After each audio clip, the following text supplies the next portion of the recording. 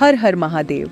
आप सभी का फिर से स्वागत है हमारे ग्रंथ ज्ञान सागर यूट्यूब चैनल पर। आज हम शिव पुराण का चौथा अध्याय का आरंभ करेंगे। कृपया चैनल को सब्सक्राइब कर दें। चलिए अध्याय शुरू करते हैं। ब्राह्मण बोले, नारी, सौभाग्य की बात है कि भगवान शिव की कृपा से शिव पुराण की इस वैराग्य युक्त कथा को सुनकर तुम्हें समय पर चेत हो गया है। ब्राह्मण पत्री, तुम डरो मत, भगवान शिव की शरण में जाओ। शिव की कृपा से सारा पाप तत्काल नष्ट हो जाता है। मैं तुमसे भगवान शिव की कीर्ति कथा से युक्त उस परम वस्तु का वर्णन करूंगा जिससे तुम्हें सदा सुख देने वाली उत्तम गति प्राप्त होगी। शिव की उत्तम कथा सुनने से ही तुम्हारी बुद्धि इस तरह पश्चाताप से युक्त एवं शुद्ध हो गई है। साथ ही तुम्हारे मन में विषयों के प्रति वैराग्य हो गया है। पश्चाताप ही पाप करने वाले पापियों के लिए सबसे बड़ा प्रायश्चित्त है। सत्पुरुषों ने सबके लिए पश्चाताप को ही समस्त पापों का शोधक बताया है। पश्चाताप से ही पापों की शुद्धि होती है। जो पश्चाताप करता है वही वास्तव में पापों का प्रायश्चित्त करता है, क्योंकि सत्पुरुषों ने समस्त पापों की शुद्धि के लिए जैसे प्रायश्चित्त का उपदेश किया है, वह सब पश्चाताप से संपन्न हो जाता है। जो पुरुष विधि पूर्वक प्रायश्चित्त करके निर्भय हो जाता है पर अपने कुकर्म के लिए पश्चाताप नहीं करता, उसे प्रायः उत्तम गति नहीं प्राप्त होती।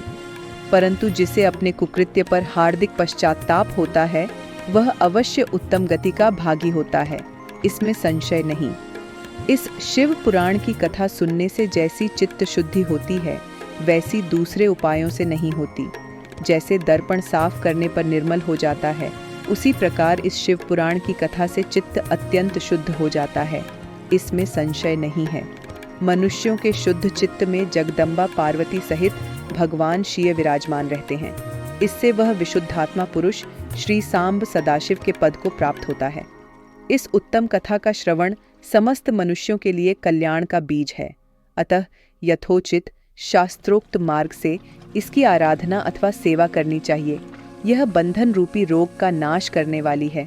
भगवान शिव की कथा सुनकर अपने हृदय में उसका मनन एवं निधिध्यान करना चाहिए। इससे मन की पूर्ण शुद्धि होती है।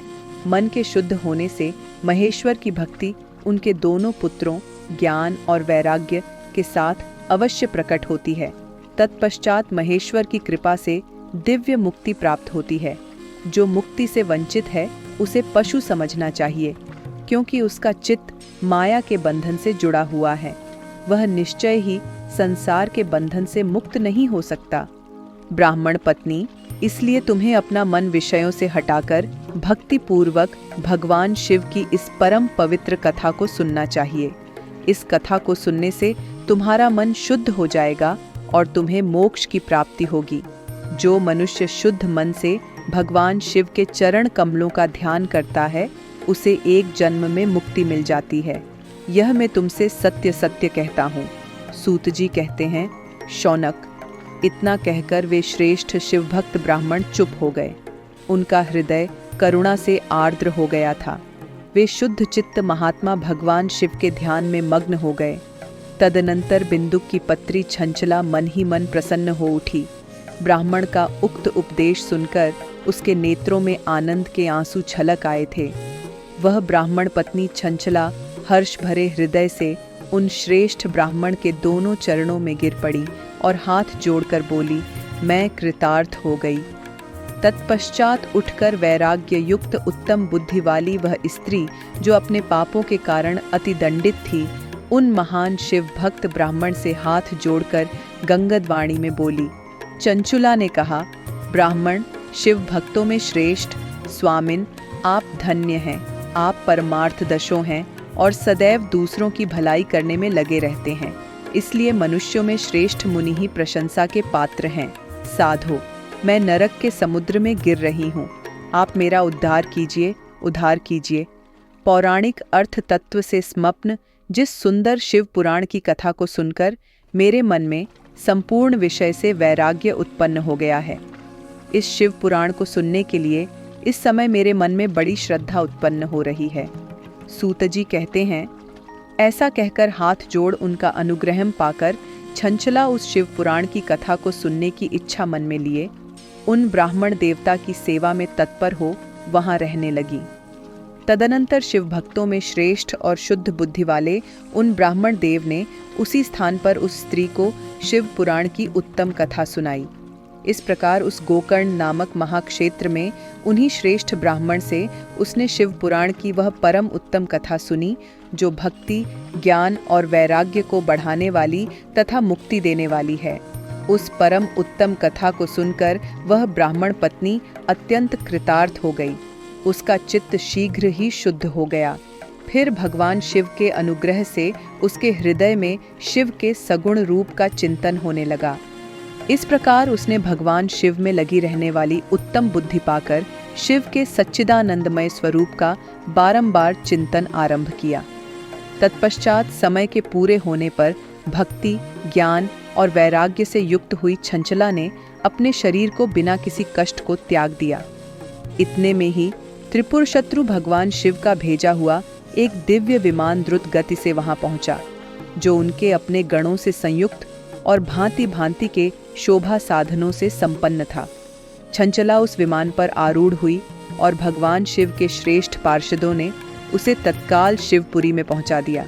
उसके सारे मल धुल गए थे। वह दिव्य रूप धारिणी दिव्यांगना हो गई थी। उसके दिव्य अवयव उसकी शोभा बढ़ाते थे। मस्तक पर अर्धचंद्र का मुकुट धारण किए वह गौरांगी देवी शोभाशाली दिव्य आभूषणों से विभूषित थी।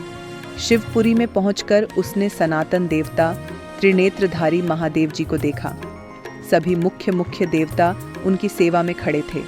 गणेश, भृंगी, नंदीश्वर तथा वीरभद्रेश्वर आदि उनकी सेवा में उत्तम भक्तिभाव से उपस्थित थे। उनकी अंग कांति करोड़ों सूर्यों के समान प्रकाशित हो रही थी। कंठ में नील चिह्न शोभा पाता था। 5 मुख और प्रत्येक मुख में 3-3 नेत्र थे। मस्तक पर अर्धचंद्राकार मुकुट शोभा देता था। उन्होंने अपने वामांग भाग में गौरी देवी को बिठा रखा था, जो विद्युत पुंज के समान प्रकाशित थी। गौरीपति महादेव जी की कांति कपूर के समान गौर थी। उनका सारा शरीर श्वेत भस्म से भासित था। शरीर पर श्वेत वस्त्र शोभा पा रहे थे। इस प्रकार परम उज्ज्वल भगवान शंकर का दर्शन करके अत्यंत प्रीतियुक्त होकर उसने बड़ी उतावली के साथ भगवान को वारंवार प्रणाम किया। फिर वह हाथ जोड़कर वह बड़े प्रेम, आनंद और संतोष से युक्त हो विनीत भाव से खड़ी हो गई। उसके नेत्रों से अनंदृश्य की अविरल धारा बहने लगी तथा संपूर्ण शरीर में रोमांच हो गया। उस समय भगवती पार्वती और भगवान शंकर ने उसे बड़ी करुणा के साथ अपने पास बुलाया और सौम्य दृष्टि से उसकी ओर देखा। पार्वती जी ने तो दिव्य रूप धारिणी विंदुक प्रिया छंचुला को प्रेम पूर्वक अपनी सखी बना लिया।